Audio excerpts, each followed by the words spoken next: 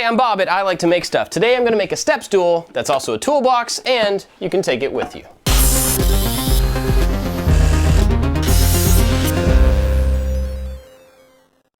I thought I was completely finished making projects in my current shop, but it turns out I've got a few more hours to kill. I've got 3 hours to make something, and I'm going to try to make something right off the top of my head, and right now I'm thinking maybe some sort of a combination step stool and toolbox so that I can carry it around our new house while I renovate it. I'm only going to use things that I already have here in the shop, so it's going to be kind of a hodgepodge. Off the top of my head, let's do it.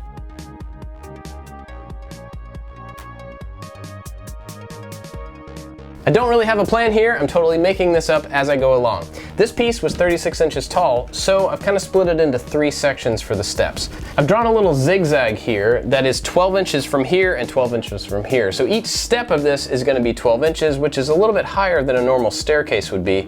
But for this case, I think it'll work just fine. I'm going to take a jigsaw here and cut along these lines to get the 2 side pieces. Then I'll figure out how wide I want the whole thing to be. After getting the first piece cut out, I used it as a guide to cut the second one to the exact same size. Since I had cut out the little zigzag on the top, they were both the same on the top, and I just had to figure out the width, so I measured down another scrap piece. I cut down a few more pieces to act as cross braces that went in the bottom 2 corners and the top 2 corners of the top step. I cut these all to the same length, and then just marked out where they were going to go.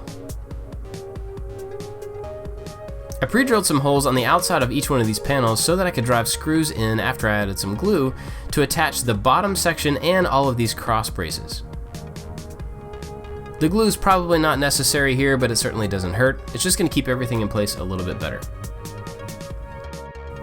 The height of these cross braces doesn't really matter, but I made them high enough so that I could drop tools down in the bottom section and they wouldn't just fall out.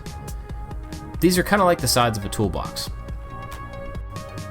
You could definitely get away with using shorter pieces for all of these cross braces, but I had a lot of scrap material I was trying to get rid of.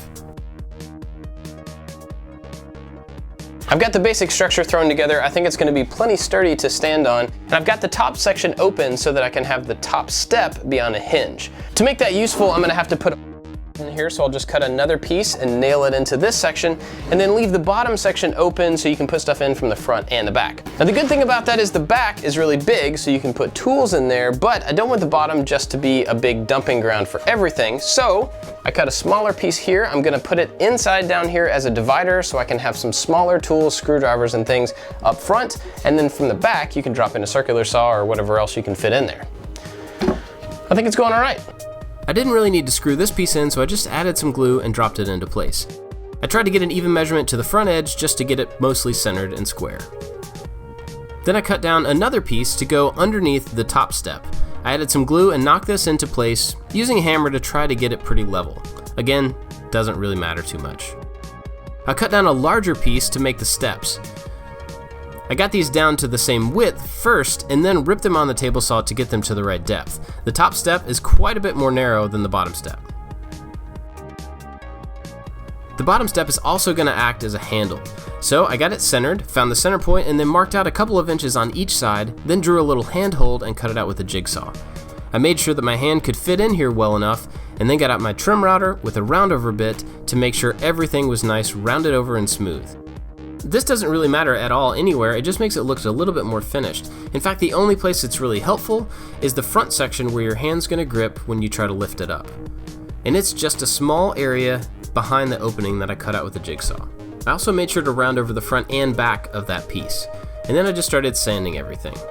Really big thanks to Casper for sponsoring my video once again. They are a fantastic company and I really honestly love the mattresses that they make. If you have any need for a mattress whatsoever, be sure to go check them out, casper.com/make, use the code MAKE and you get $50 off any mattress purchase. Now the reason you should do that is because there's really no risk to it. You can sleep on it in your house for 100 nights, and if you don't like it for any reason whatsoever, they will give you your money back and come take the mattress away. But that probably won't happen because they're really comfortable. My wife and I sleep on one, all of our kids sleep on them as well. They're just great mattresses, honestly. In fact, they're so comfortable that I would recommend them to my friends and family regardless whether they were sponsoring these videos or not. But in this case, they are sponsoring and that makes them awesome. Thanks, Casper. Once I had it rounded over and sanded, I added the bottom step with some glue and screws. The last piece of construction here is just to put the top on. I'm going to hinge it on the back, and I don't have a lot of hinges to choose from currently. I'm going to use these. They'll work just fine. They're just not very pretty. Since I was trying to add these vertically, I just went ahead and marked them and pre-drilled the holes rather than trying to hold everything in place and screw it all together at one time.